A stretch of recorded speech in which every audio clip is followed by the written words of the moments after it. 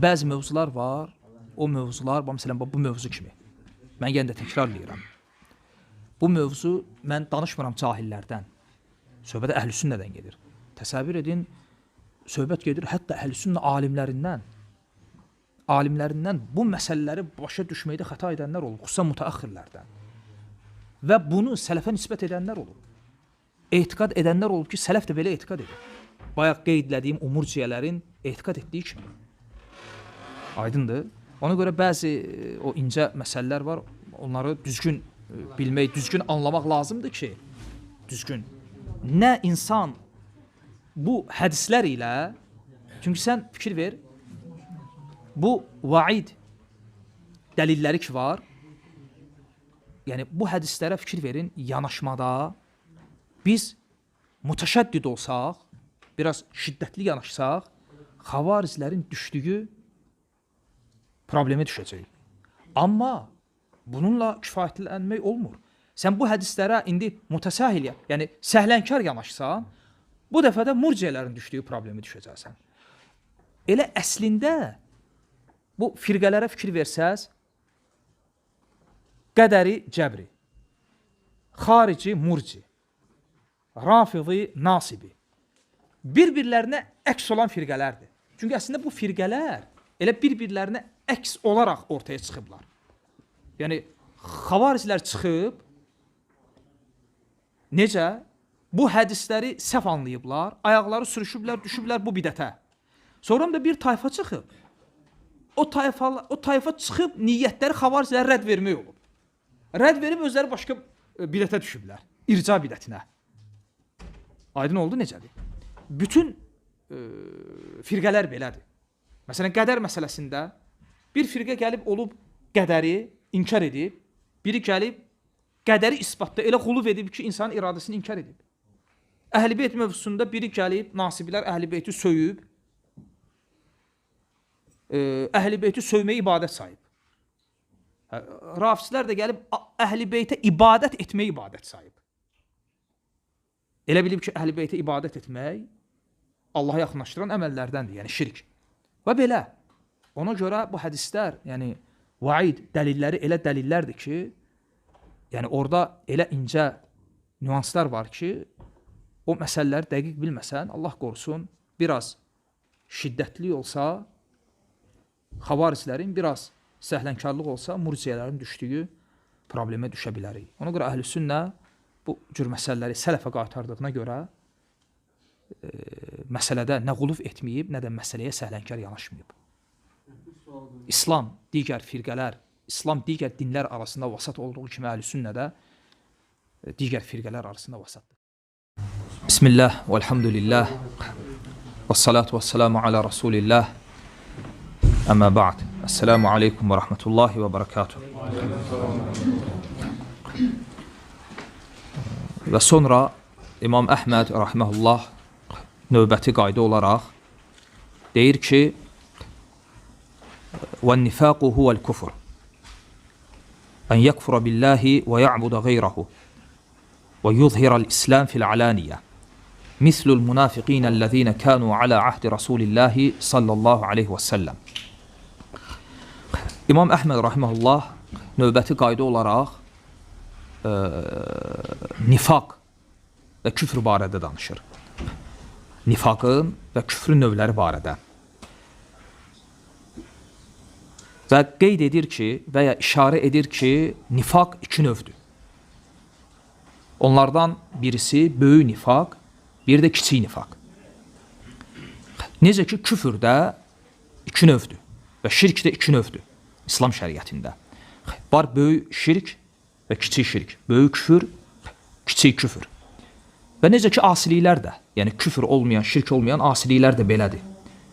Məsələn, böyük günahlar var və var kiçik günahlar.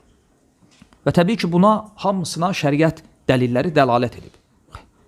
Yəni, bunlar, yəni, alimlər şəri dəlillərdən istiqra yolu ilə, tətəbbu yolu ilə araşdırıblar, görüblər ki, şəriət dəlilləri buna dəlalət edir ki, küfrün iki növ var.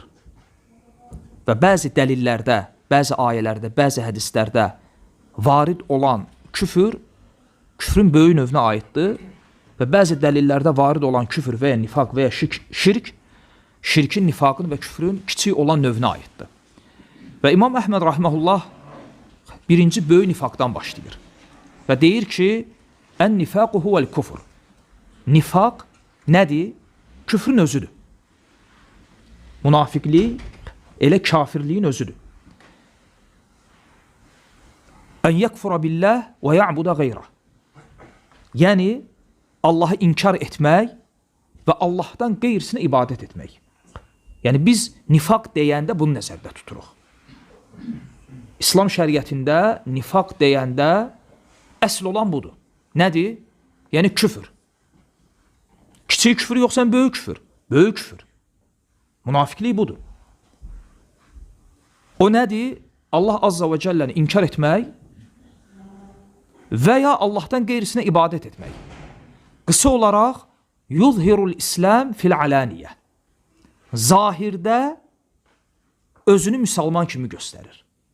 Zahirdə İslamı izhar edir, batinində isə küfrü gizlədir. Bu münafiqlikdir. Bizim dildə desək ikiyüzlülük. Mislul munafiqinəl-ləzīnə kənu alə ahdi Rasulillahi sallallahu aleyhi və səlləm. Peyğəmbər sallallahu aleyhi və səlləmin zamanında olan münafiqlər kimi. Lakin müşkül burasındadır ki, bugün, indiki dönəmdə kiminsə münafiq olduğunu təyin etmək mümkündür ya mümkün deyil. Ola bilsin mümkündür, amma bu çox çətindir. Ola bilsin bəzi qarainlər ola, müəyyən dəlillər, müəyyən əlamətlər ola, bununla müsəlmanlar yaşadıkları cəmiyyətdə yəqin olaraq bilərlər və ya ən azından təxmin edərlər ki, filankəs və ya filankəslər əslində münafiqdirlər. Və ya hansısa bir yolla bu ortaya çıxa bilər, sirləri. Amma belə ümumilikdə bu bilinmir. Və bilinməməsinin səbəbi nədir? Çünki nifaqın tərifi nədir? Zahirdə İslamı izhar edib, küfrü batində gizlətmək. Və küfr batində gizləndiyinə görə və zahirdə İslam izhar olduğuna görə bu insanın deməli, həqiqətdə kafir olub olmadığı bilinmir. Ümumiyyətlə, biz Quran dəlillərinə baxanda görürük ki, ümumiyyətlə Məkkə dönəmində nazil olan ayələrdə və surələrdə Allah Azza və Cəllə münafiqlərdən danışmır. Münafiqlərdən danışılır hansı ayələrdə? Mədinə dönəmində nazil olan ayələrdə. Səbəb nədir? Çünki Məkkə dönəmində münafiq yox idi. Ümumiyyətlə, münafiqlər haçan izhar olur? İslamın zəif olduğu vaxtda, yoxsa izzətli olduğu vaxtda? İzzətli olduğu vaxtda. Çünki İslam zəif olan vaxtda, hansı ki İslam, müsəlmanlar zəifdir, kafirlər güclüdür, kiminsə münafiqlik etməsinə ehtiyac yoxdur. Çünki kafirlər müsəlmanlardan qorxmurlar, çəkinmirlər. Ona görə açıq şəkildə küfrü izhar edirlər. Ona görə Məkkə dönəmində Allah Azza və Cəllə Məkkə dönəmində, Məkkədə nazil olan ayələrdə münafiqlərdən bəhsləmir. Münafiqlərdən danışmır. Amma Mədinə ayələrində biz bunu görürük. Ümumiyyətlə, imana, küfrə nisbətdə insanlar üç növdür. Birinci növ o kəslərdir ki, onlar daxilən müsəlmandılar, daxilən iman əhlidirlər və həmçinin zahirən. Bunlar kimlərdir? Həqiqi müsəlmanlar, həqiqi möminlər. Həm daxilən mömin olub və zahirən də bunu izhar edənlər. Bunlar həqiqi möminlərdir. Və ikinci növ həm daxilən, həm də zahirən kafir olanlar. İnsan daxilən kafirdir və küfrü də izhar edir. Bunlar kimlərdir? Kafirlər və ya müşriklər. Və kafirlərlə müşriklər arasında fərq nədir? Fərq budur ki, hər müşrik kafirdir. Amma hər kafir müşrik deyil. Çünki ola bilsin, insan kafirdir, Allaha iman etmir və müşrik də deyil. Yəni, Allahdan qeyrisinə də ibadət etmir, hətta müşrik olsun. Amma bir kəs müşrikdirsə artıq kafirdir. Ona görə imam və əslində deməli şirk məfhumu küfr məfhumunun içinə girir, girmir? Girir. Ona görə fikir ver, İmam Əhməd rahimehullah küfrü tərif edəndə görün nə dedi? Dedi ki, ən yəkfura billah, Allahı inkar edə və ya'buda qeyrah və Allahdan qeyrisinə ibadət edə. Yəni şirk də küfr məfhumuna daxildir. Bu ikinci növ, yəni daxilən kafir olub və küfrü izhar edənlər. Və üçüncü növ insanlar kimlərdir? O kəslər ki, onlar daxildə, yəni həqiqətdə kafirdirlər, lakin İslamı izhar edirlər. Və bunlar da münafiqdirlər. Deməli, imana və küfrə nisbətdə insanlar üç növdür. Müsəlmanlar, kafirlər və müşriklər və bir də münafiqlər. Allah Azza və Cəllə Bəqərə surəsində, Bəqərə surəsi Məkkə surələrindəndir, Mədinə surələrindən. Mədinə surələrindən. Bəqərə surəsini bu üç növ insanı tanıtmaqla başlayır. Ola bilsin, təbii ki, Bəqərə surəsi Qur'anın əvvəlində olduğuna görə çox müsəlmanların ən çox oxunan surələrdəndir. Hətta çox oxunduğuna görə istər-istəməz əzbərləyən qardaşlar var. Hətta əzbərləmək qəsdi olmasa belə. Lakin ola bilsin buna fikir verməyiblər. Bəqərə surəsinin əvvəlində Allah Azza və Cəllə möminlərdən danışır. Əlif Ləm Mim Zəlikəl kitabu la rayba fi hudəl lilmuttaqin. Əllezine yu'minun bil gaybi və yuqimunəs-salata və mimma razaqnahum yunfiqun. Bunlar kimlərdir? Möminlər. Qeybə iman edən, namaz qılan və Allahın onlara verdiyini Allah yolunda xərcləyənlər. Bunlar həqiqi möminlərdir. Həm qəlblərində iman olan və imanı izhar edənlər, əməllə. Və sonra Allah subhanahu və teala kafirlərdən danışır. İlk 5 ayədə möminlərdən, 6-cı və 7-ci ayədə kafirlərdən. İnnellezine keferu sevaun aleyhim enzertehum em lem tunzirhum la yu'minun. İnnellezine keferu. Küfr edənlər, kafirlər, sən onlara xəbərdarlıq etsən də, onları qorxutsan da, qorxutmasan da heç bir fərqi yoxdur, onlar iman etməzlər. Kafirlər və ondan sonra gələn ayələrdə Allah Azza və Cəllə münafiqlərdən danışır. Buyurur ki, وَمِنَ النَّاسِ مَنْ يَقُولُ آمَنَّ بِاللّٰهِ وَبِالْيَوْمِ الْآخِرِ وَمَا هُمْ بِمُؤْمِنِينَ. Və insanlardan elələri var ki, deyirlər ki, biz Allaha, ahirətə iman etdik, وَمَا هُمْ بِمُؤْمِنِينَ. İman etmədikləri halda. Qəlblərində iman olmadıkları halda dilləri ilə nə deyirlər? Deyirlər ki, biz Allaha və ahirətə iman etdik. Bunlar kimlərdir? Münafiqlər. Allah Azza və Cəllə onları necə vəsf edir? وَإِذَا لَقُوا الَّذ۪ينَ آمَنُوا قَالُوا آمَنَّا وَإِذَا خَلَوْا إِلَى شَيَاطِينِهِمْ قَالُوا إِنَّا مَعَكُمْ إِنَّمَا نَحْنُ مُسْتَهْزِئُونَ. Onlar möminlərlə qarşılaşdıqda deyərlər ki, biz iman etdik. Öz şeytanlarıyla baş-başa qaldıqda isə deyərlər ki, İnnə ma'akum, biz sizinləyik. Biz onlarla istehza edirik. Deməli, möminlər, kafirlər və münafiqlər. İmam Əhməd rahimehullah böyük nifaqı qeyd edəndən sonra böyük nifaq bildiyi nədir? Böyük nifaq nədir? Huvel kufr. Elə kafirliyin özüdür. Bir insan münafiqdirsə, deməli o nədir? Kafirdir. İnnel münafiqine fi'd-derkil esfeli minennar. Əslində qiyamət günü onların əzabı kafirlərin əzabından da betər olacaq. Allah Azza və Cəllə nə buyurur? Münafiqlər cəhənnəmin ən dibində olacaqlar. İnnel münafiqine fi'd-derkil esfeli minennar. Odun ən dərin yerində. Və bunu biləndən sonra İmam Əhməd rahimehullah keçir kiçik nifaqa. Və buyurur ki, və qavluhu sallallahu aleyhi və səlləm Sələsun mən kunnə fihi fəhuvə münafiq. Peyğəmbər sallallahu aleyhi və səlləmin bu sözü ki var, bu hədis və hansı hədisi qeyd edir imam? Üç şey var ki, üç əlamət. Digər ləfsdə gəlir ki, əyətül münafiq sələf. Münafiqin əlaməti üçdür. Üç şey var ki, o üç əlamət kimdə olsa, o münafiqdir. Və hədisin davamı belədir ki, İzə həddəfə kəzəb, danışdıqda yalan danışar, və izə vəədə əxləf, vəd verəndə vədinə xilaf çıxar, və izə tuminə xan. Ona bir şey əmanət ediləndə, o əmanətə xəyanət edər. Və bir ləfsdə də gəlib, dördüncü əlamət, o da nədir? Xusuma anında, mübahisə anında zülm edər və ya yalan danışar. Bu da münafiqin hədisdə qeyd edilən dördüncü əlamətidir. Bu hədisdə işgal nədir?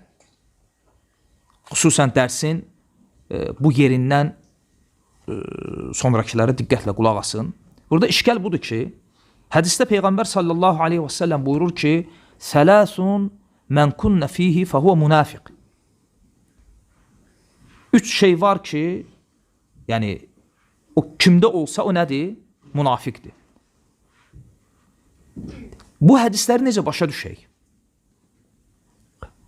Və İmam Əhməd bu mövzunu burada gətirməkdə əslində məqsədi budur.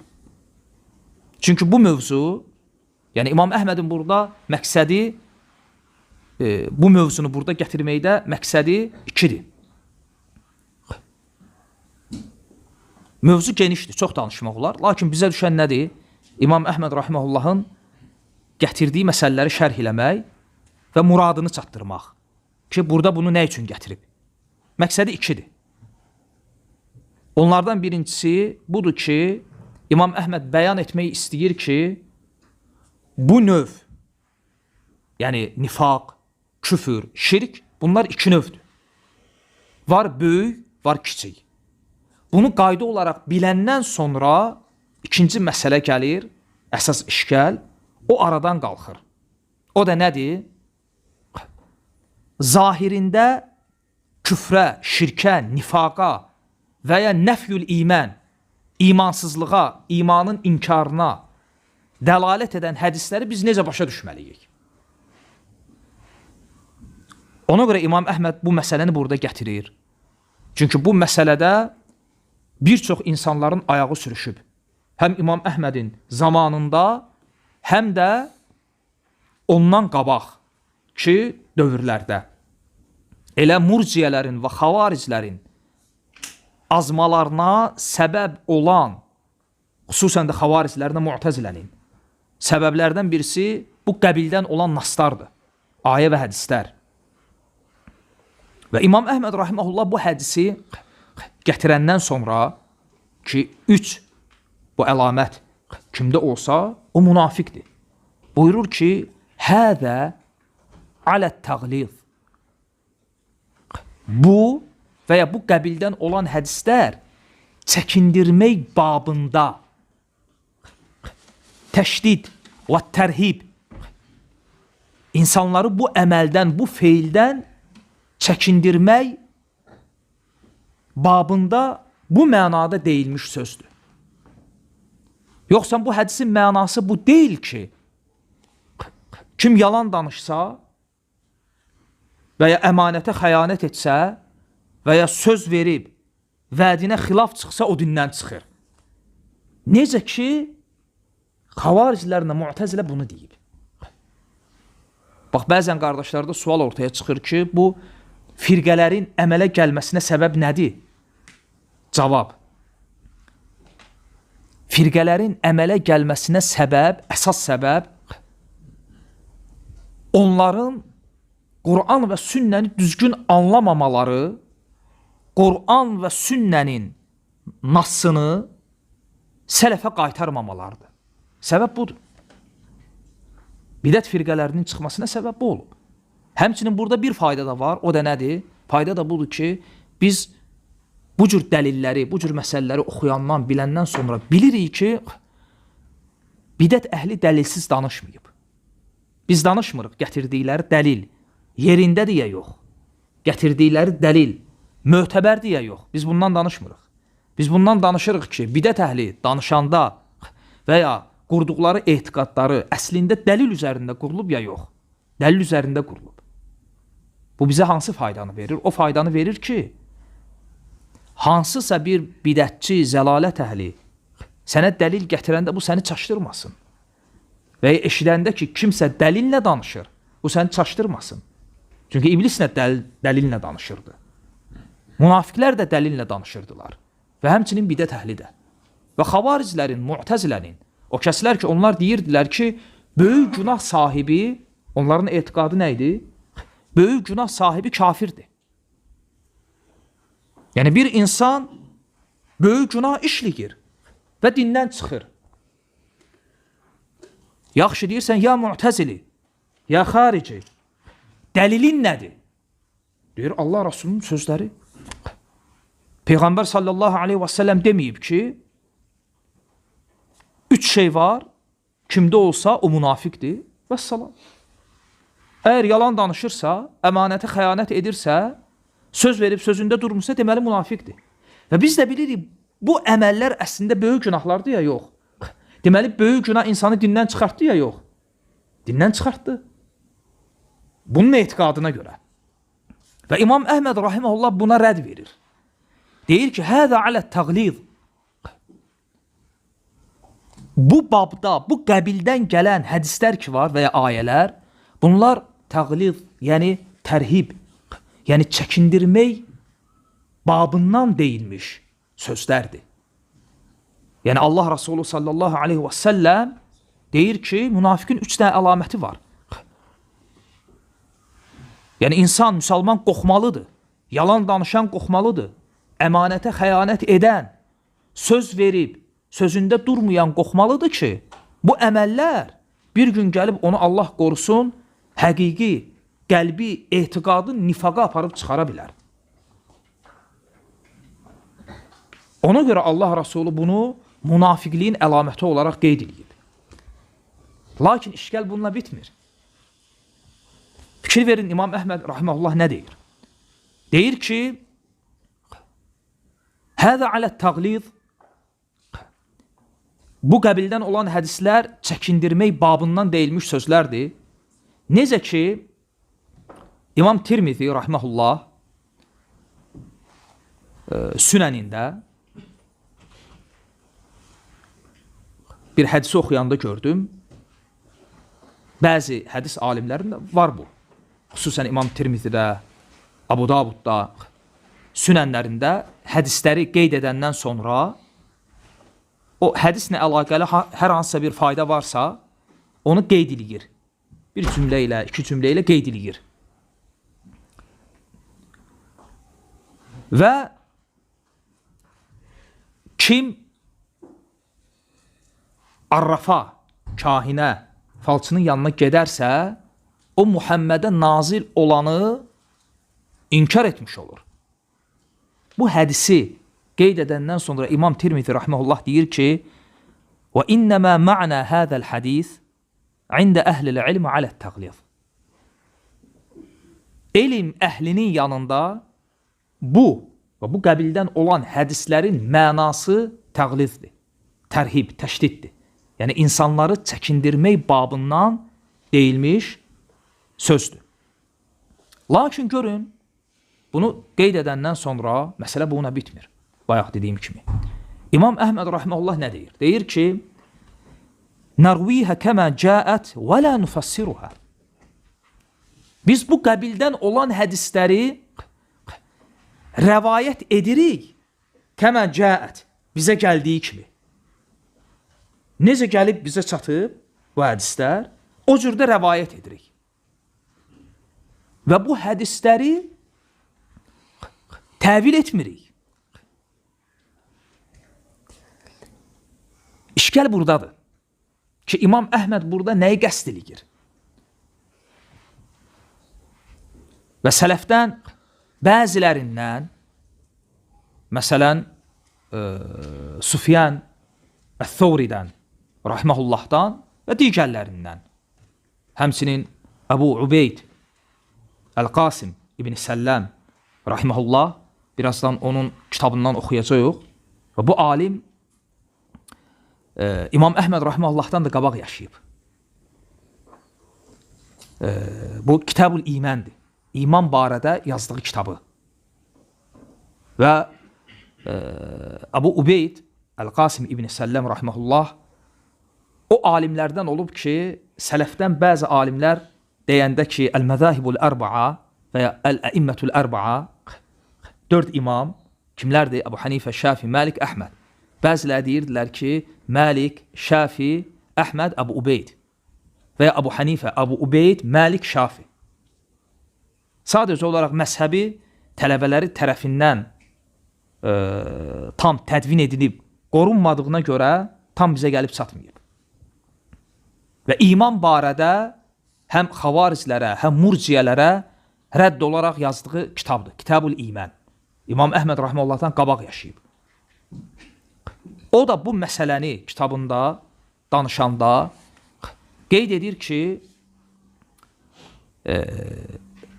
yəni əsl olan budur ki, bu qəbildən olan hədislər təvil edilməli deyil.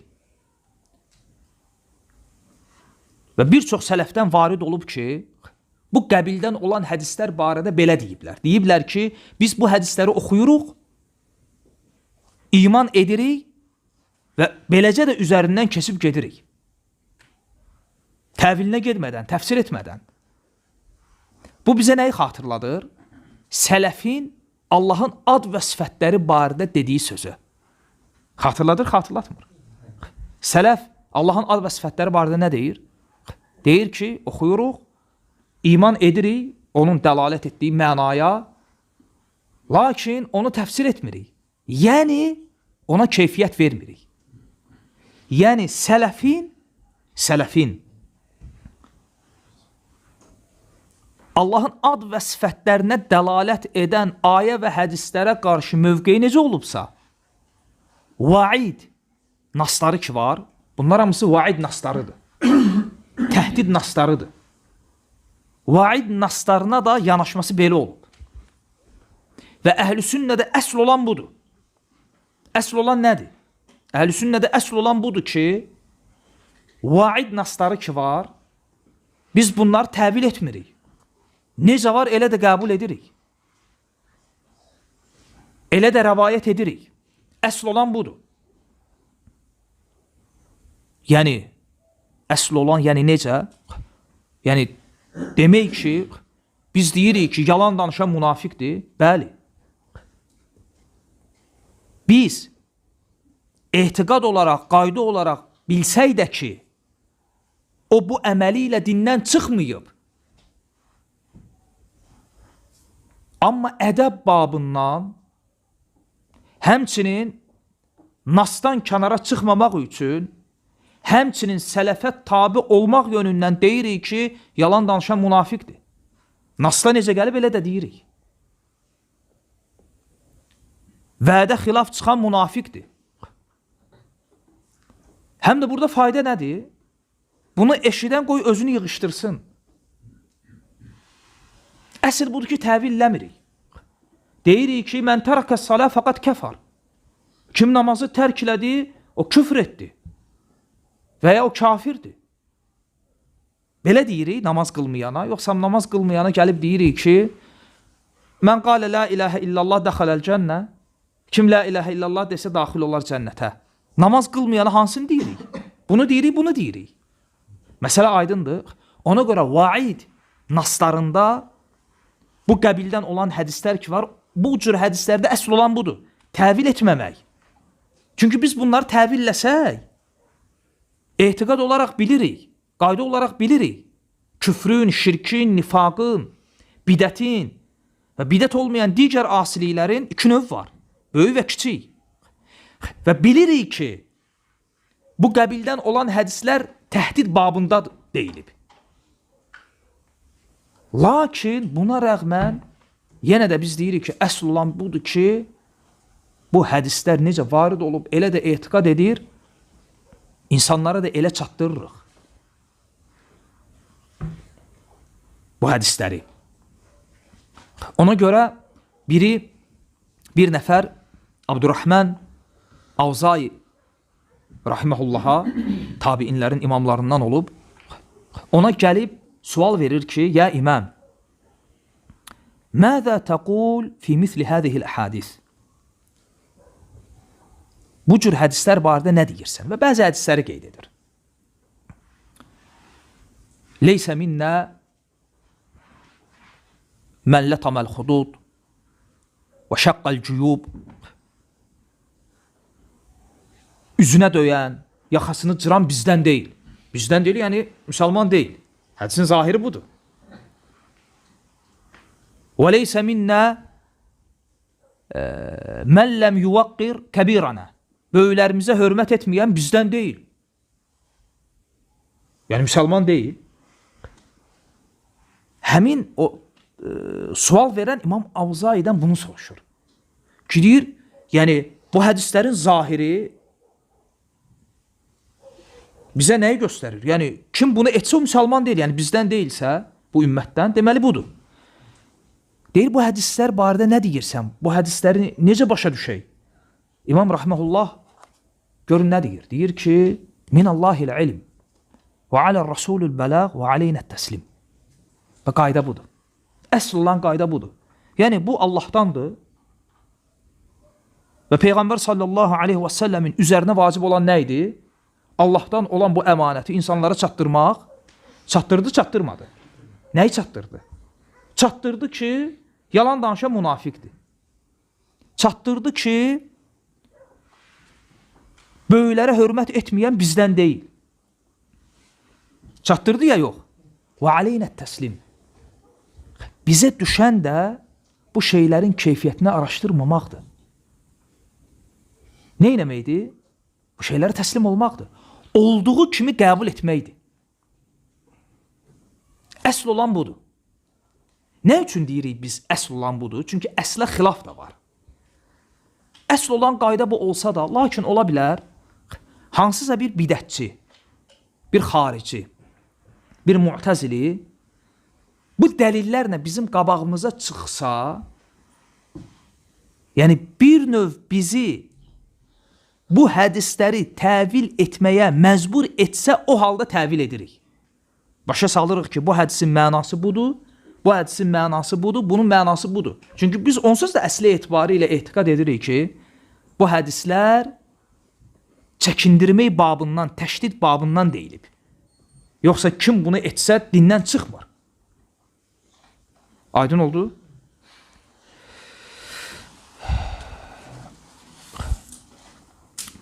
Və İmam Əhməd rahimehullah bunu qeyd edəndən sonra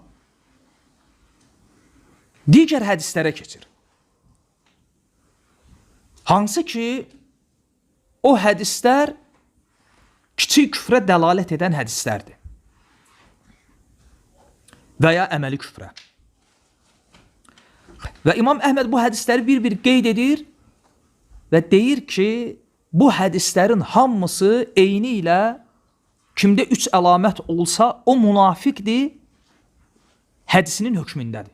Yəni, bu hədislərin hamısını olduğu kimi qəbul edirik, keyfiyyətinə varmadan, lakin etiqad edirik ki, bu hədislərin hamısı çəkindirmək babından deyilib. Yoxsa bunu edən dindən çıxır, xavaricilər, mu'təzilə dediyi kimi, təbii ki, yox. Və o hədislər hansı hədislərdir? İmam rahimehullah deyir ki, və qavluhu sallallahu aleyhi və səlləm bəzilərini qeyd edir. Lə tərci'u ba'di kuffaran dullələn yadribu ba'dukum riqabə ba'd. Məndən sonra bir-birlərinizin başını vuran, boynunu vuran kafirlər olmayın. Deməli, hədisin zahiri bizə nəyi göstərir? Deməli, müsəlmanı öldürmək küfürdür. Lakin biz hardan bilirik ki, bu böyük küfür deyil? Çünki vaid dəlilləri ki var, vaid nasları, hansı ki insanı küfürdə, şirkdə, nifaqda ittiham edən, təhdid edən,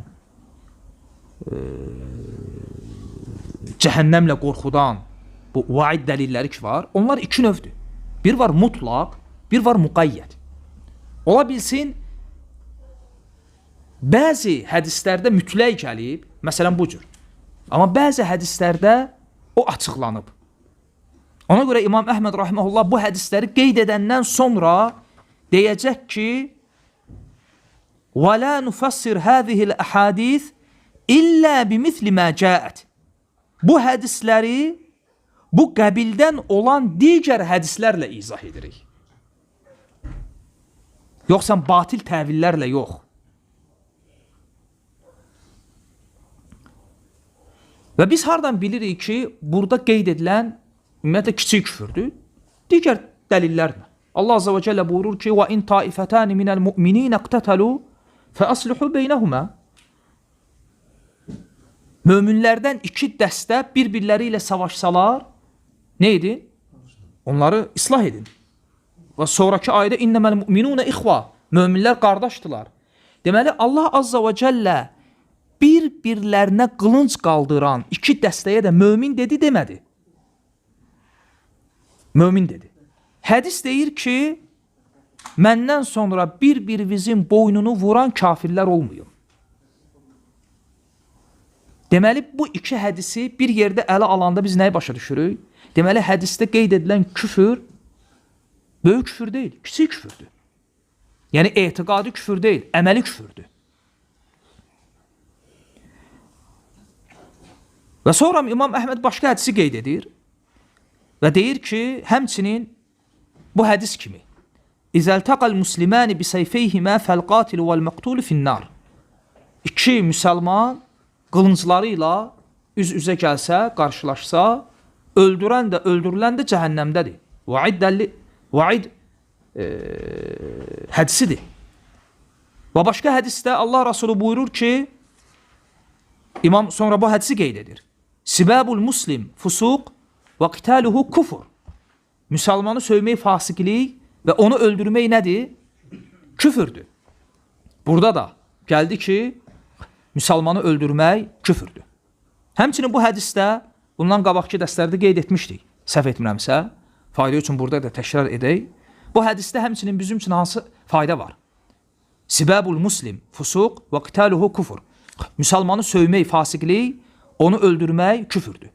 Bu hədisdə fayda odur ki, bəzi alimlər deyiblər ki, hər itayət, hər ibadət imanın bir şöbəsi olduğu kimi, hər asilik də bunun müqabilində küfrün bir şöbəsidir. Düz deyil. Lap dəqiq məsələyə yanaşsaq, düz deyil. Baxmaq ki, bu ibarədə böyük bir problem yoxdur. Amma məsələyə biraz da dəqiq yanaşsaq, o dəqiqlik də nədir? Daha yaxşı olar ki, biz belə deyək. Deməyək ki, hər itayət, hər ibadət imanın bir şöbəsi olduğu kimi, hər asilik də küfrün bir şöbəsidir. Belə deməyək. Niyə? Çünki Allah Rasulü bu hədisdə neçə asilikdən danışır? 2. Müsəlmanı söymək asilikdir ya yox? Asilikdir. Və onu öldürmək. Hər ikisi də asilikdir. Bu qayda ilə hədisə yanaşsaq, yəni hər asilik də küfrün bir şöbəsidir, onda biz deməliyik ki, müsəlmanı öldürmək küfür olduğu kimi müsəlmanı sövmək də küfürdür. Amma Allah Rasulü aleyhissalatu vesselam bu hədisdə aralarını ayırmadı. Nə dedi? Dedi ki, müsəlmanı sövmək küfürdür, yoxsa fasiqlik? Fasiqlik. Onu öldürmək küfürdür. Ona görə qayda olaraq belə desək daha dəqiq olar ki, hər asilik küfürdür yox. Allah və Rasulunun, yəni Quran və sünnənin küfür dediyi hər asilik küfürdür. Yəni kiçik küfür. Yəni sibabul muslim fusuq. Müsəlmanı sövmək fasiqlikdir. Aha. Deməli, dəlil, hədis müsəlmanı söyməyə küfr ləfzini itlaq etmədi. Biz də demirik ki, müsəlmanı söymək küfürdür. Deyirik fasiqlikdir. Fıskın növüdür. Çünki fasiqlik iki növdür. Böyük və kiçik. Çünki kafirlər də əslində fasiqdirlər. Etiqadı böyük. Amma baxırıq ki, وَقِتَالُهُ kufur. Müsəlmanı öldürmək isə küfürdür. Deyirik ki, müsəlmanı öldürmək küfürdür. Deməli, o asiliklər ki, Quran və sünnə onun küfr olduğunu deyibsə, biz deyirik ki, o asiliklər küfürdür. Yəni, kiçik küfür. Və bunun kiçik küfür olduğunu hardan bilirik? Digər dəlillərlə. Məsələn, başqa bir misal deyim. Allah Resulü sallallahu aleyhi və sələm buyurur ki, təbii ki, bu hədisi İmam Əhməd qeyd etməyib, lakin bu qəbildən olan hədislərdir. Mən ətə arrafən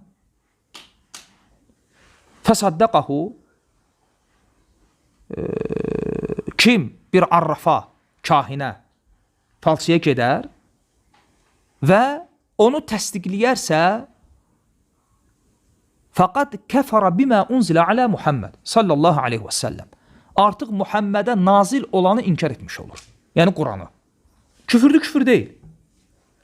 İndi sual, bir kəs kahinə getsə, falçının yanına getsə, dindən çıxır. Hədisdə gəlir ki, kim falçının yanına getsə və dediyini təsdiqləsə, Muhammədə nazil olanı, Qur'anı inkar etmiş olur. Biz deyirik ki, deməli, bu asilidir ya yox, bu asilidir. Lakin bu asiliyə şəriət küfr ləfzini itlaq etmədi. Fəqat kəfər bimə unzilə alə Muhammed. Muhammədə nazil olanı inkar etmiş olur, küfürdür. Deməli, biz deyirik ki, falçıya getmək, bu əməl nədir? Küfürdür. Kim falçıya getsə, o küfr edir. Dindən çıxır, çıxmır. Niyə? Çünki bu küfür kiçik küfürdür. Dəlil, digər hədislərdə biz bunu bilirik.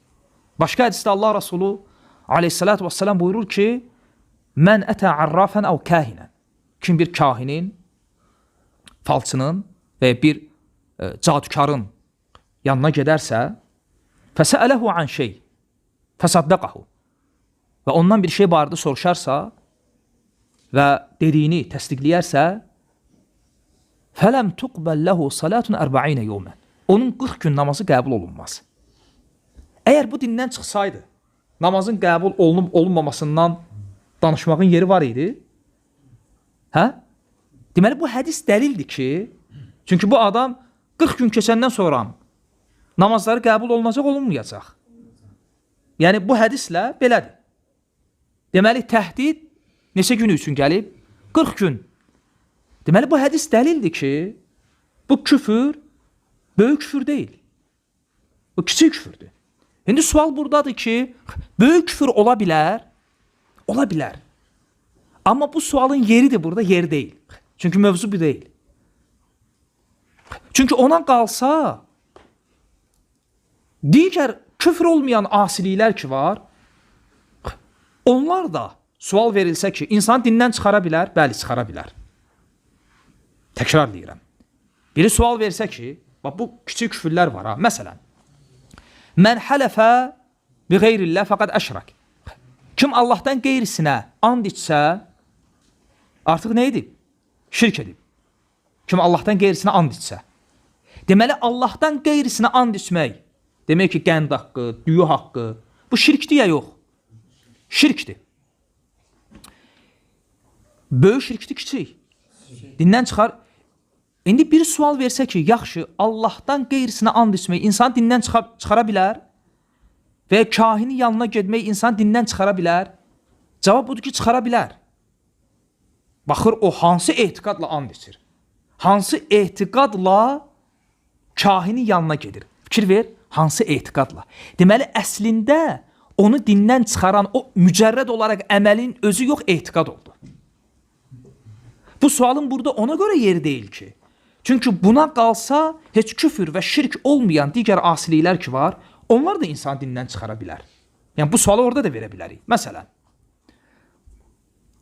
araq içmək, şərab, oğurluq etmək insan dinindən çıxarır? İndi sual, çıxara bilər? Hə, halal görsə, hə. Nə dedik? Halal görsə. Yəni bu adamı dindən çıxaran əməlin özü deyil, etiqadıdır. Niyə? Çünki bu adam heç o əməli etməsə belə, heç oğurluq etməsə, halal görsə, bu etiqad ki var, bu etiqad küfrü etiqaddır. Onu dindən çıxarar. Heç o əməli etməsə də, əməli etməyə ehtiyac yoxdur. O baxımdan deyirik ki, bu sualın bu məqamda yəni tam yeri deyil. Və sonra İmam Əhməd rahimehullah digər hədisləri qeyd edir. Buyurur ki, "Mən qalə li əxihi ya kafir, fəqad bəə biha ahaduhuma." Kim öz qardaşına desə ki, ey kafir, bu o ikisindən birinə qayıdır. Bu hədis də bu qəbildən olan hədislərdəndir ya yox? Necə? Orada vaid var da, qorxuzur kesib bir-birini çarpırlar, kafir deməsin. Bildik. Onu bildik. Sadəcə olaraq bu qəbildən olan hədislərdəndir ya yox? Sən dedin, hə. Necə? Təbii ki, bu qəbildən olan hədislərdəndir. Olmasaydı İmam Əhməd burada qeyd etməzdi onu. Lakin necə? Yəni, hədisin hansı hissəsindədir o? Yəni, bu əməl bir insana kafir demək, elmsiz, elə kimə gəldirirsən kafir, dəlilsiz, subutsuz, hə? Və ya hansısa bir xətasına görə demək ki, kafir. Bu əməl özü asilidir ya yox? Bu əməl özü küfürdür ya yox? Sual budur. Küfürdür ya yox? Bu əməlin özü. Yox, etiqadı demirəm. Küfürdür ya yox? Təvil eləmə. Əslə qaytar. Küfürdür. Fikir ver. Yəni, bir müsəlmanın bir qardaşına deməsi ki, ya kafir, bu əməl var ha, bu özü küfürdür. Hədisdə bunun dəlili nədir? Fəqad bəə bihə əhaduhumə. Bu kəlmə ikisindən birinə qayıdır. Yəni, ya o kafir olur, ya sən. Deməli, bu qəbildən olan hədislərdəndir, ya yox? Bu qəbildən olan hədislərdəndir. Yəni, necə olur ki, müsəlmanı öldürən kafir olur? Yəni, kiçik küfürlə, əməli küfürlə. Yəni, müsəlmanı öldürmək küfürdür, ya yox? Küfürdür. Arrafın yanına gedmək, kafirin yanına gedmək küfürdür, ya yox? Küfürdür. Həmçinin müsəlman qardaşına ey kafir deməsi küfürdür, ya yox? Küfürdür. Dəlil deyir ki, bu kəlmə ikisindən birinə qayıdır. Ya o kafir olur, ya sən. Ya o kafir olur, ya sən. Burada hansı tərəf bizim mövzumuza aiddir? Ya o kafir olur, ya sən. Ya o kafir olur, o yoxsam ya sən. Sən, əhsən. Niyə? Çünki bir insan müsəlmana, çünki təkfir mövzusu müsəlmanla əlaqəlidir. Yəni, bir insan kafirə desə ki, ey kafir, sən onu təkfirləməmsən. Yəni, bir kafirə kafir demək təkfir deyil. Təkfir nədir? İslamda olanı dindən çıxarmaq. Təkfir budur. Kafir onsuz da kafirdir. Deməli, bir müsəlmana kafir deməsi, desə ki, ey kafir, bu kəlmə qalxır və havada qalmır. Yəni, bu kəlmə boşa getmir. Yəni, bu o deməkdir ki, sən dilvi belə şeylərə öyrəşdirmə. Yəni, fikirləşmə ki, tutar ayran, tutmaz qatıq. Dedim, dəyər ya dəyməz. Yox. Yəni, bu kəlmə havada qalmayacaq. Ya ona dəyəcək, ya sənə qayıdacaq. Ehtiyatlı ol. Əgər müsəlman qardaşına desə ki, ey kafir, həqiqətdə o doğrudan da kafir olsa, Bu kəlmə ona qayıdır, qayıdır. Bu əsli küfürdür. Yəni böyük küfürdür. Mövzumuzla əlaqəli olan tərəf budur. Bu deyil. Mövzumuzla əlaqəli olan tərəf ikinci qismidir. Əgər o kafir olmasa, bu kəlmə kimə qayıdır? Sənin özünə. Mövzumuzla əlaqəli olan hissə budur. Niyə? Sual budur ki, müsəlman bir müsəlman qardaşına dedi, ey kafir. O da kafir deyil. Bu kəlmə qayıtdı özünə, qayıtdıq. İndi bu insan kafir oldu. Bildin mövzuna əlaqəli olan. Necə ki, müsəlmanı öldürən kafir oldu. Amma biz deyirik ki, bəli, bu insan kafir oldu. Təqlid babından belə deyirik. Və ya deyirik ki, ey müsəlman, dilivi saxla, biz bilirik o dindən çıxmayıb. Lakin nə dedik? Dedik ki, əsl budur ki, bu hədislər təvil olunmur. Bunu yadda saxlayın. Yəni, namaz qılmayana gedib deyirsən ki, kim la ilahə illallah desə, yox. Namaz qılmayana deyirsən ki, mən tərəkəs salə fəqat kəfar. Kim namazı tərk edirsə, o küfr edir. Cəhənnəm əhlindən soruşulacaq ki, mə sələqakum fi səqar. Sizi cəhənnəmə nə saldı? Deyəcəklər ki, ləm nəkum minəl musallin. Ən birinci cavabları biz namaz qılanlardan deyildik. Sən belə deməlisən. Sən namaz qılmayana demirsən ki, yox, buradakı küfür bu mənada gəlib. Yox. Və o cümlədən də bir insan görürsən ki, müsəlman ona buna elmsiz, həddini, hüdudunu, qaydasını bilmədən deyir ki, kafir. Sən ona deyirsən ki, qorx ki, bu kəlmə sənin özünə qaydar və sən bununla kafir olarsan. Demək istədiyim budur. Əsl budur. Belə deyilməlidir. Belə deyilməsə, o zaman bu hədislərin varid olması var ha. Bu hədislər niyə deyilib? Niyə görə bu hədislərdə bəzi asiliklərə küfür, şirk, nifaq kəlmələri itlaq edilib? Bunun faydası olmazdı. Bu çəkindirmək, bu qorxutmaq olmasaydı. Elə hər vaid hədisini təvilləsəydik. Aydındır. Və sonra İmam Əhməd başqa hədisi qeyd edir. O hədis də budur. Kufrun billah təbərruun min nəsəb və indaq. Yəni, kiçik bir ehtimalla da olsa, insanın öz nəsəbindən təbərri etməsi, yəni öz atasını bir növ inkar etməsi, bu Allaha qarşı küfürdür. Bu asilikdir. Və bu asiliyə şəriət küfür deyib, deməyib. Şəriət küfür deyib. Və başqa hədisdə Allah Rasulü sallallahu aleyhi ve sellem buyurur ki, İmam Əhməd bu hədisi qeyd etməyib, izah baxımından fayda üçün qeyd edirəm.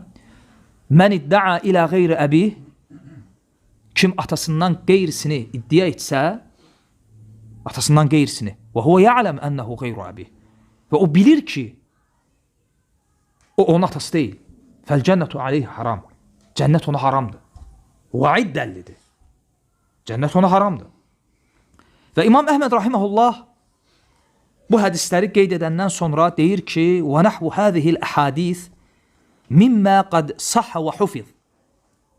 Bu qəbildən olan hədislər ki var, bu hədislər səhih hədislərdir. Səhih sənədlərlə bizə gəlib çatıb və Allah Rasulunun bu hədisləri qorunub. Yəni, bu hədisləri inkar etmək olmaz. Çünki bu hədislər barədə xavariclər azdığı kimi murciyələr də azıblar. Xulat murciyələr bu qəbildən olan hədisləri inkar ediblər. Və İmam Əhməd rahiməhullah burada onlara rədd verir ki, yəni, bu işgəldən çıxmaq üçün, çünki murciyələr bu hədisləri, vaid hədisləri nə üçün inkar ediblər? Bu işgəldən çıxmaq üçün. Hansı işgəl? Baxıblar ki, müsəlmanı öldürən kafirdir. Birinə kafir dedin, o kafir olmadı, sən özün kafir olursan. Başa düşməyiblər bu hədisləri sələfə qaytarmadıqlarına görə. Və bu hədisləri təvil də edə bilməyiblər. Ona görə mən dedim Qulat murciyələr. Lap həddi aşmışlar. Sonra gələn murciyələr, mütəəxir murciyələr təvil ediblər. O təvili gətirəcək. Əbu Ubeydin kitabından. Lakin Qulat murciyələr, hansı ki təvil edə bilməyiblər, deyiblər ki, məsələni kökündən həll edək. Nə edək? Bu hədisləri inkar edək. Ona görə İmam Əhməd rahimehullah deyir ki, "Və nahvu hadihil ahadis mimma qad sahha və hufiz." Bu qəbildən olan hədislər ki var, bunlar hamısı səhi hədislərdir. Səhi sənədlərlə qorunub, bizə gəlib çatıb, fikir ver. فَإِنَّا نُسَلِّمْ لَهُ وَإِلَّمْ نَعْلَمْ تَفْسِيرَهَا. Hətta biz bu hədislərin, fərz edək ki, mənasını bilməsək belə, hətta fərz edək ki, bu hədislərin mənasını bilməsək belə, biz bu hədislərə təslim oluruq. Ola bilər ki, elə bir hədis gələr, doğrudan da mənasını başa düşməkdə çətinlik çəkə bilərsən. Hətta mənasını bilməsək belə, bu hədislərə biz təslim oluruq. Və ümumi qayda olaraq deyirik ki, bu qəbildən olan hədislər təhdid babındadır. Hətta xavarizlərin düşdükləri müşkilə düşməmək üçün. Bu qeyd ona görədir. وَلَا نَتَكَلَّمْ فِيهَا. Bu qəbildən olan hədislər barədə necə gəldi danışmırıq. وَلَا نُجَادِلْ فِيهَا. Mübahisə etmirik. وَلَا نُفَسِّرْ هَذِهِ الْأَحَادِيثِ إِلَّا مِثْلِ مَا جَاءَتْ. Və bu hədisləri bu qəbildən olan digər hədislərlə başa düşürük, izah edirik. وَلَا نَرُدُّهَا إِلَّا بِأَحَقِّ مِنْهَا. Və bu hədisləri ən münasib mənalara nə edirik? Həml edirik. Və ümumiyyətlə bu qəbildən olan hədislər Quran və sünnədə 4 növ gəlib. Əbu Ubeyd rahimehullah deyir ki, أما هذا الذي فيه ذكر الذنوب والجرائم فإن الآثار جاءت بالتغليظ على 4 أنواع. Bu qəbildən olan hədislər ki var, bunlar 4 növdür. Onlar hansılardır? Birinci növ nəfyül iman. İmanı nəfy edən dəlillər, hədislər. Bu təğliz, təşdid babında olan hədislər ki var, 4 növ gəlib. Onlardan birinci növ hansı hədislərdir? O hədislərdir ki, o hədislərdə nəfyül iman var. İmanın nəfi var. Nəfi yəni inkarı. İmanın inkarı nədir? Küfür. Yəni məsələn, nəfyül iman nədir? Sən birinə deyirsən ki, səndə iman yoxdur. Birinə deyirsən ki, sən imansızsan. Bu nəfyül imandır. Yəni ondan imanı nə etdin? Nəfi etdin, inkar etdin. Birinci növ hədislər bu qəbildən olan hədislərdir. Və Əbu Ubeyd rahmehullah bunlardan bəzilərini gətirir. Məsələn, La yeznir racul hine yezni ve huve mu'min. La yeznir racul hine yezni ve huve mu'min. Ve la yasriq hine yasriq ve huve mu'min. Müslüman, mümin, yani kişi mümin olarak zina etmir. Lafzı tercüme etsək, kişi zina etdikdə, zina etdiyi vaxtda mömin olmur. Və sələflərdən əsərlər varid olub, bu hədisin şərhi barədə ki, kişi zina edəndə həqiqi mənada iman libas kimi qalxır, götürülür ondan. Allahu Akbar. Zina etdiyi halda o mömin deyil və sonra qayıdır. Yəni dindən çıxarmır. Amma hədisin həqiqəti öz yerindədir ya yox. Burada fayda odur. Bu hansı babdadır? Fikir verdiniz hədisə? Hədis Allah Resulü kişi mömin halda zina etməz. İmanı nəfi etdi, etmədi? Etdi. Və başqa hədisdə buyurur ki, "Mə huve bimu'min men la ya'man caruhu gavailə." Şərindən, böhtanından əmində olmayan, yəni qonşusu şərindən, böhtanından əmin olmayan kəs mömin deyil. Nəfyül iman. Və sonra başqa hədisdə la imanə la əmanətə ləh. Əmanəti olmayanın imanı yoxdur. Bu lap açıqdır. Fikir verin hədisə.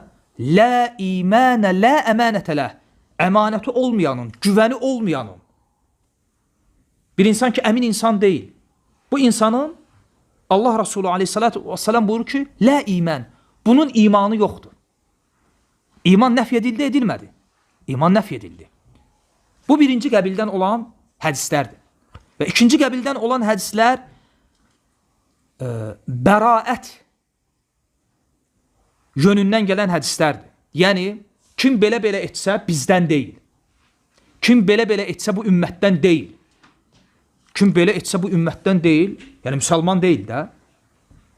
Və İmam Abu Ubeyd rahimehullah hansı hədisləri qeyd edir? Mən qaşşənə fəleysə minnə. Kim bizi allatsa bizdən deyil. Leysə minnə mən hamələ silah aleynə. Bizə qarşı silah qaldıran bizdən deyil. Həmçinin bayaq qeydlədiyim hədis, üzünə vuran və sinəsini cıran bizdən deyil. Mən ləm yuvaqqir kəbirana və ləm yərhəm səğirana fəleysə minnə. Kiçiklərimizə mərhəmət etməyən və böyüklərimizə hörmət etməyən bizdən deyil.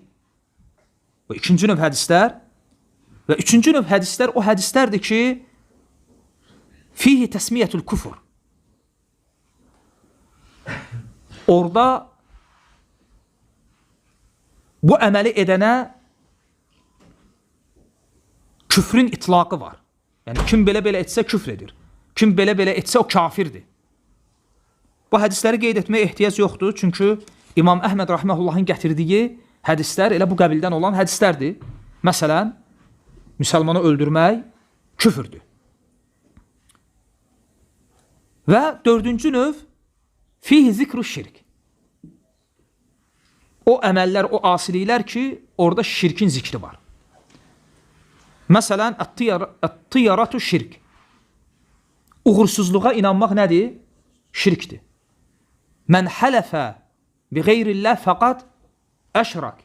Allahdan qeyrisinə and içmək nədir? Şirkdir. Və bu qəbildən olan hədislər ki var, əhl-i sünnənin bu hədislər barədə etiqadını bildik, bilmədik. Bildik. Bunlar təhdid babında gəlib, lakin bunların keyfiyyətinə varmırıq, olduğu kimi qəbul edirik və bu cürdə nəql edirik. Əsl olan budur. Lakin hansısa batil təvillərlə kimsə qabağımıza çıxsa, onun qabağına bu hədislərin haqq olan mənasını qoyuruq. Müxtəsər qayda budur. Və bu qəbildən olan hədislər barədə insanlar əsasən 4 qrupa bölünüb. Bu hədisləri başa düşmədə. Onlardan birincisi deyiblər ki, bu hədislərdə olan küfür, küfr-ün ni'mədir. Yəni, neməti inkar, nadanlıq mənasında olan küfürdür. Və əhl-i sünnə alimləri buna cavab olaraq deyiblər ki, ola bilsin, hansısa hədis barədə bunu deyə bilərik. Məsələn, qadınlar barədə bəzi hədislər varid olub. Oradakı küfür bu mənadadır. Yəni, küfr-ün ni'mə, nadanlıq mənasında olan küfür. Aydındır, amma bunun tutaq ki, müsəlmanı öldürmək, müsəlmana kafir demək, falçının yanına getməklə nə əlaqəsi var? Heç bir əlaqəsi yoxdur. Hətta Abu Ubeyd rahimehullah deyir ki, hətta ərəb dili baxımından bu batildir. Yəni, bu hədisləri oxuyan, bu hədislərin zahirindən küfr-ün ni'məni anlamır. Bu birincisi. Və ikincisi, o firqələrdir ki, onlar bu hədislərdən nəyi anlayıblar? Kufrur riddə. Yəni dindən çıxaran küfür. Bu da batildir. Yəni xavariclər və Mu'təzilə kimi. Niyə batildir? Çünki onlar bu qəbildən olan hədislərin bir qismini götürüblər. Və qitaluhu kufur. Müsəlmanı öldürmək küfürdür. Amma digər hədisləri və ya ayələri yaddan çıxarıblar. Və onları da əsnasında qeyd elədik. Möminlərdən iki tayfa bir-birləri ilə savaşsa və kahinin yanına gedən. O hədisi götürüb, kim kahinin yanına getsə, Muhammedə nazil olanı inkar etmiş olur. Deməli, Quranı inkar etdi, kafirdir. O biri hədis yaddan çıxıb, 40 gün namazının qəbul olunmaması. Bu kafirdirsə, bu necə namaz qılır? Və bu ümumiyyətlə kafirdirsə, necə kafirin namazının 40 gün qəbul olunub olunmaması məsələsi müzakirə edilir. Və 40 gündən sonra nə olur? Aydındır məsələ. Bunların da müşkülü budur. Xavariclərin və Mu'təzilərin. Hansı ki, etiqad ediblər, bu hədisləri dəlil gətirərək ki, böyük günah insanı dindən çıxarır. Və onlara ən gözəl cavab nədir? Ən gözəl cavab şəriətdə olan həcc cəzaları. Şəriətdə olan həcc cəzaları ən gözəl dəlildir.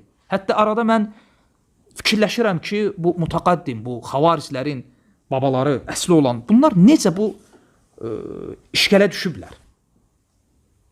Bəzən adam təəccüb edir. Çünki həcc cəzaları var axı.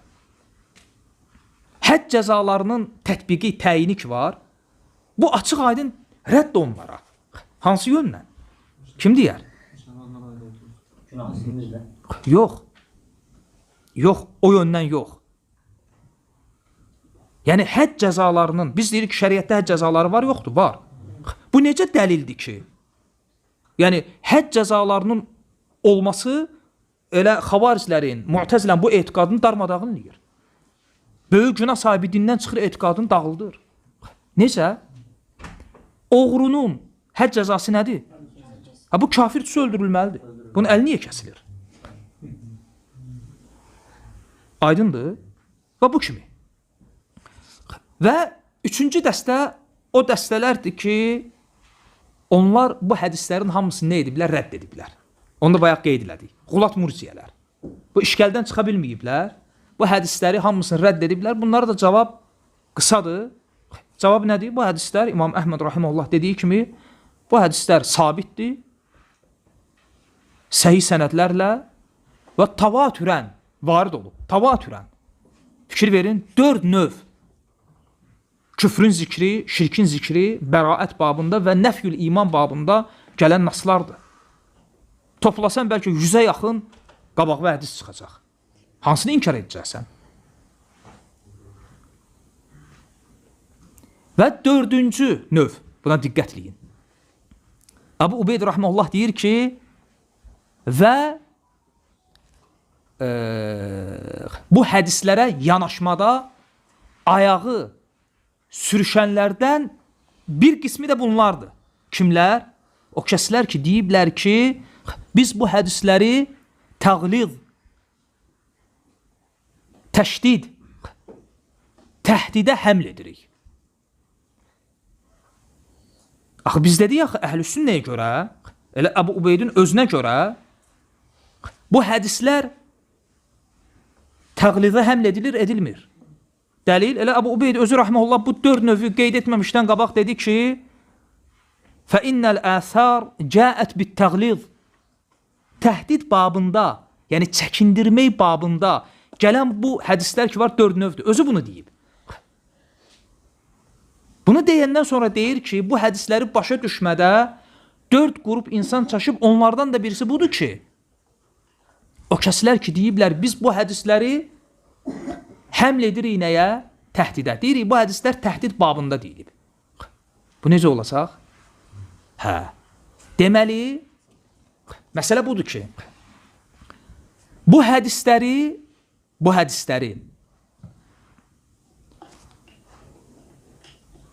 təhdid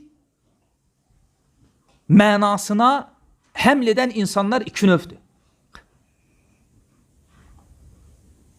Hər bu hədisləri təhdid mənasına həml edən insan o demək deyil ki, isabət edib. Ola bilsin ki, kimsə gəlsin desin ki, Bəli, bu hədisləri mən belə anlayıram ki, bu hədislər təhdid babında deyilib. Bunu desin, amma yenə də haqqa isabət etməsin, tam. Təbii ki, bunu deyən nisbətən haqqa isabət edib. Əhl-i sünnə ilə müvafiq olub məsələnin bir qismində, amma tam yox. Bunlar da niyə görə Əbu Ubeyd rahimehullah bunları qeyd edir? Çünki bəzi murciyələr, ona görə mən bayaq qeyd elədim, bu hədislərin təvilində murciyələr özləri iki hissəyə bölünüb.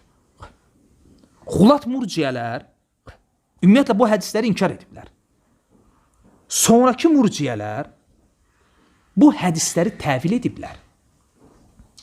Və təvildə nə deyiblər? Deyiblər ki, bu hədislər tərhib babında deyilən hədislərdir. Amma necə? Onlar deyiblər ki, Allah Resulü aleyhissalatu vesselam dedi ki, müsəlmanı öldürmək küfürdür. Bu sadəcə olaraq çəkindirmək babından deyilmiş sözdür. Vəssalam. Yəni, bunun bir həqiqəti yoxdur. Yəni, bunu deyənə görə Allah Resulunun müsəlmanı sövmək fasiqlik, öldürmək küfürdür sözü arasında bir fərq olmadı. Yəni, onlar deyirlər ki, sadəcə olaraq Allah Resulü bu əməldən çəkinəsən deyə deyib ki, bu küfürdür. Yoxsa bu əməlin əslində küfrünə bir əlaqəsi yoxdur. Fikir verin. Deyiblər ki, yalan danışmaq, əmanətə xəyanət etmək, vədə xilaf çıxmaq, hədisdə gəlib ki, kimdə bunlar olsa münafiqdir. Deyiblər ki, bu sadəcə olaraq çəkindirmək babından deyilib. Bu əməllərin həqiqi münafiqliyi ilə əlaqəsi yoxdur. Əhl-i sünnə belə deyir? Yox. Əhl-i sünnə deyir ki, bəli, bu hədislər tərhib, çəkindirmək, təhdid babında varid olsa da, bu hədislərin nəfyül iman, küfür, şirk və nifaqla birbaşa əlaqəsi var. Biz demirik ki, yəni belə deyək də, bir var bir şeyin mənası, bir də var bir şeyin keyfiyyəti.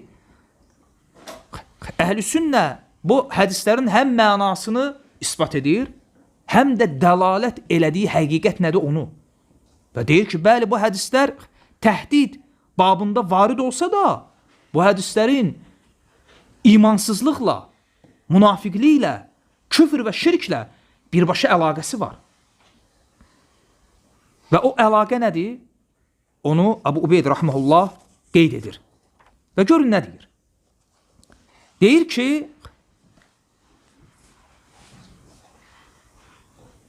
وَإِنَّ الَّذِينَ عِنْدَنَا فِي هَذَا الْبَابِ Yəni, bu qəbildən olan hədislər bizə görə bunların mənası nədir?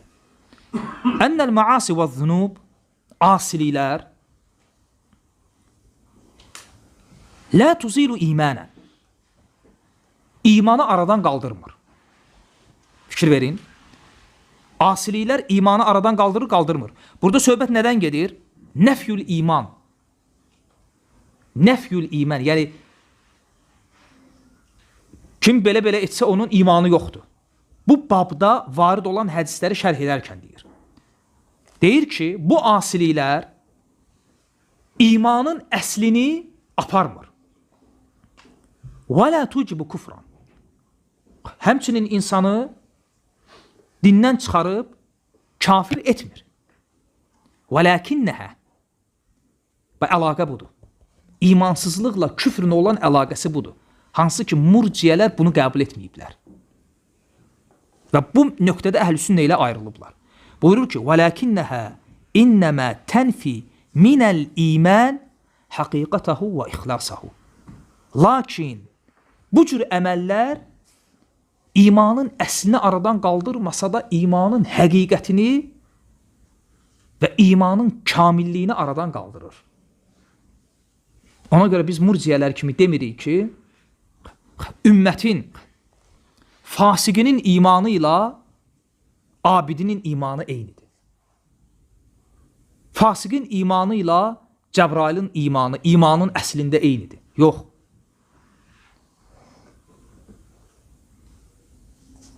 Deməli, biz bu hədisi oxuyanda ki, Lə yəznir rəcul hinə yəzni və huvə mümin. Kişi zinə edəndə mömin olaraq zinə etməz. Bir, bu hədis üzərindən izah edəcəm. Bir, etiqad edirik ki, bu hədis, bu söz zinadan çəkindirmək üçün təhdid babında deyilib. Yəni, zina, bu böyük günah insanı dindən çıxarmır, imanın əslini aradan qaldırmır. Bunu biləndən sonra, lakin etiqad edirik ki, bəli, o doğrudan da zina edən mömin deyil. İki yöndən. Birini bayaq dedim, sələfdən varid olub. Deyiblər ki, iman bir köynək kimi, libas kimi zina edənin əynindən qalxar və sonra ona qaydar. Yəni, o zina etdiyi halda həqiqətən də mömin olmaz. Deməli, əslində bu hədisin, hətta biz etiqad etsək ki, bu hədis təhdid babında varid olub, amma hədisin həqiqəti var ya yoxdur. Hədisin həqiqəti var. Murciyələr bunu inkar ediblər. Bunu qəbul etməyiblər. Deməli, biz etiqad edirik ki, zina edən mömin deyil. Necə? Allah Azze və Cəllə buyurur ki, qad əfləhəl müminun. Qad əfləhəl müminun. Möminlərdən danışır və sonra vəllezîne hum li furucihim hafizun. Möminlər kimlərdir?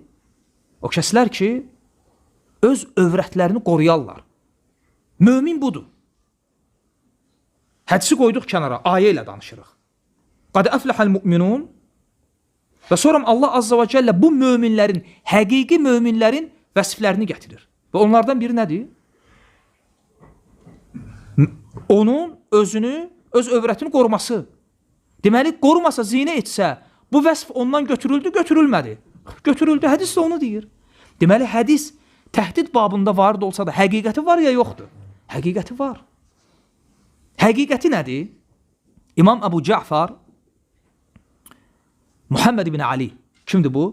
Əbu Cəfər Muhammed ibn Ali.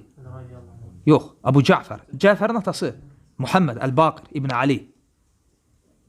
Rafislərin o 5-ci imam dedikləri.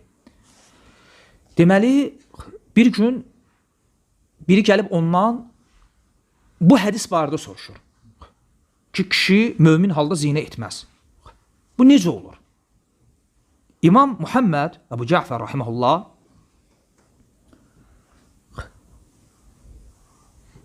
davvara dairə kəbirə. Böyük bir yerdə elə bil ki, dairə çizir. Böyük bir dairə çizir və deyir ki, bu İslamdır. Bu geniş dairə. Və sonra o böyük dairənin içində balaca bir dairə çizir, biraz dar. Və deyir ki, وَهَذَا الْإِيمَانِ. Bu isə imandır. Deyir, kişi zinə edəndə iman dairəsindən çıxır İslam dairəsinə.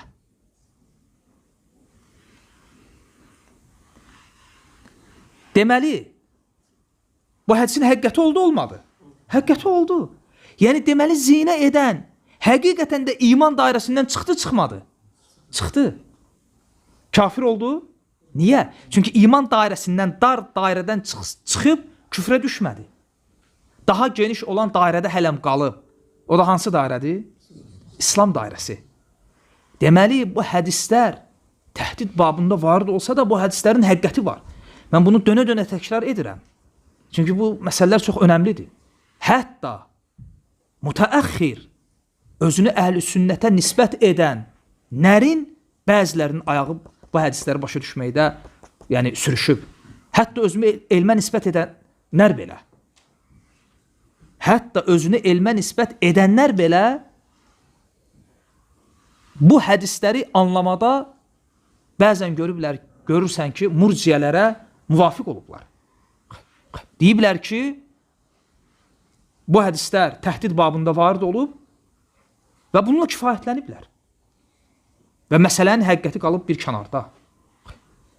Allah Azze ve Celle buyurur ki, İnnemel mu'minûnellezîne izâ zikrallah vecilet kulubuhum. Möminlər o kəslərdir ki, onların yanında Allah Azze ve Celle zikr olunanda qəlblər titriyir. Soram ayənin davamında Ulaika humul mu'minûne haqqa. Həqiqi möminlər onlardır. Sən necə deyə bilərsən ki, zinə edən də mömindir? Aydın oldu? Deməli biz deyirik ki, həqiqi olaraq zinə edən iman dairəsindən çıxıb, lakin kafir olmayıb. Və bunu izah etmək üçün Abu Ubeyd rahimehullah gözəl ərəb dilindən bir misal gətirir. Çünki Abu Ubeyd özü rahimehullah həmçinin ərəb dilçisi olub. Ərəb dilində həmçinin alim olub. İshaq ibn Rahaveyhdən Abu Ubeydi soruşanda İmam Əhmədin dostundan deyir ki, bizdən onu soruşmuyor. Ümumiyyətlə, o elə bir alim olub ki, deyir, onun bizə ehtiyacı olmuyor. Bizim ona ehtiyacımız olub. Və görün nə deyir? Deyir ki, فَاِنْ قَالَ قَائِلِ Burada bir işgələ cavab verir. Deyir, birdən biri gəlib sual versə ki, كَيْفَ يَجُوزَ أَنْ يُقَالِ لَيْسَ بِمُؤْمِنٍ Necə ola bilər? Yəni, biz necə deyə bilərik ki, bu mömin deyil. Yəni, iman əhli deyil. Yəni, biz bu əməli edəndən imanı necə nəfi edə bilərik? Vasmul iman qeyru zailin anhu. Halbuki, iman ismi ondan hələm götürülməyib. Yəni, bir tərəfdən deyirsən ki, o iman əhlidir. Bunu dediyin halda, bununla yanaşı necə olur sən deyirsən ki, o həm də mömin deyil. Yəni, bir növ bu sualı verən demək istəyir ki, burada bir tanaqud var, ziddiyyət. Və rahiməhullah deyir ki, bu deyir, ərəb dilində bilinən bir şeydir. Fi izələtil aməl an amilihi, izə kənə aməluhu alə qeyri həqiqətihi. Bu deyir, ərəb dilində bilinən bir şeydir ki, başqa bir misal gətirir müqayisə üçün. Deyir ki, bir insan bir işi keyfiyyətli görməyəndə, bir işi tapşırmısan ona, o işi keyfiyyətli görməyəndə, o işi ondan nəfi edirlər. Deyirlər ki, mə sənətə şeyən və lə amiltə əmələn, sən heç bir şey etməmsən. Məsələn, vermirsən paltar tikməyi, maşını düzəltməyi, o düzəldib. Amma sən istədiyin keyfiyyətdə düzəltməyib. Bizim dildə də var bu. Sən deyirsən ki, sən heç bir şey görməmsən, heç bir iş görməmsən. O həqiqətdə o işi görüb, görməyib. Görüb. Necə ola bilir ki, İmam Rahimullah bunu deyir. O həqiqətdə o işi görüb, həqiqətdə bu işi görənə sən deyə bilirsən ki, sən bir şey görməmsən. Bu olur. Amma iman əhli bilinə sən dinsizsən, sən imansızsan demək olmur. Necə oldu ki, əməli ondan nəfi edə bilirsən, o əməl etdiyi halda. Bunu deyirsən, amma bu tərəfdə qəribsiyirsən ki, müsəlmana deyirsən ki, imansız. Yəni bu mənada ki, ondan imanı nəfi edirsən. İmam Rahiməhullah deyir ki, bu ərəb dilində bilinən bir şeydir və sonra deyir ki, həttə təkəlləmu bihi fīmə huvə əksər min həzə.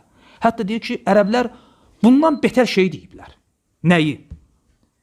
Deyiblər ki, məsələn, o kişi ki, öz atasına, anasına, valideyninə əziyyət verir və valideynin üzünə ağ olur, belə övlad barədə deyiblər ki, mə huvə bivələd və hum ya'ləmunə ənəhu ibnu sulbihi.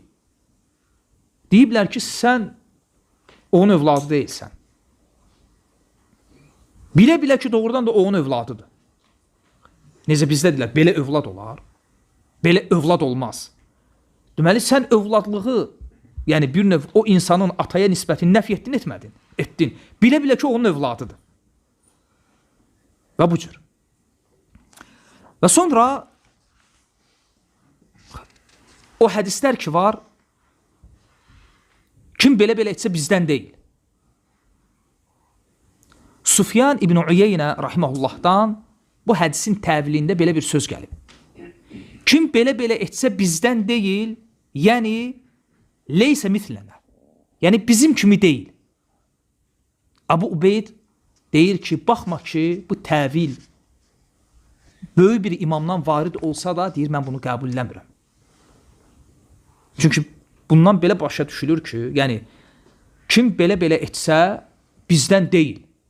Yəni, bizim kimi, yəni mənim kimi deyil, onda bunu edən mənim kimidir və o insanı Allah Rasulü ilə bir tutmaq, bu düzgün deyil. Və İmam Rahiməhullah deyir ki, mənası budur ki, yəni kim belə-belə, məsələn, mən qaşşənə fəleysə minnə.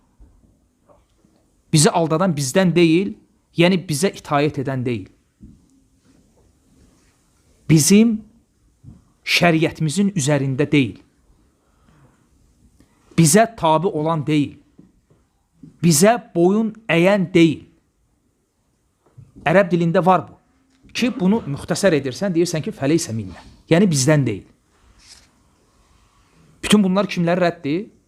Xavarizlərə.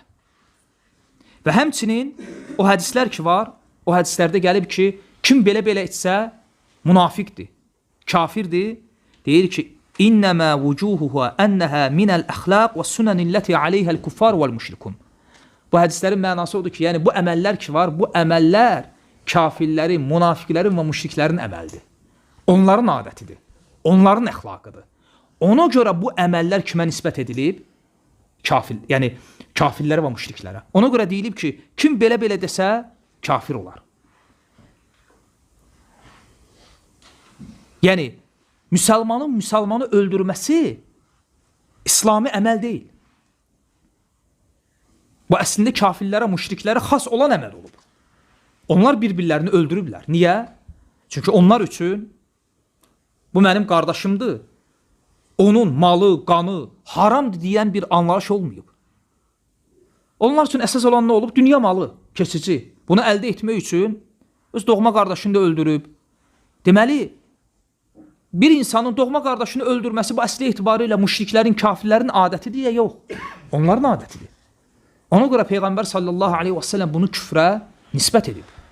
Necə ki, yalan danışmaq, əmanətə xəyanət etmək, söz verib, sözündə durmamaq da münafiqlərin adəti olduğuna görə Peyğəmbər sallallahu aleyhi və səlləm deyib ki, kimdə bunlar olsa fəhuva münafiq. O münafiqdir. Və sonra, son olaraq,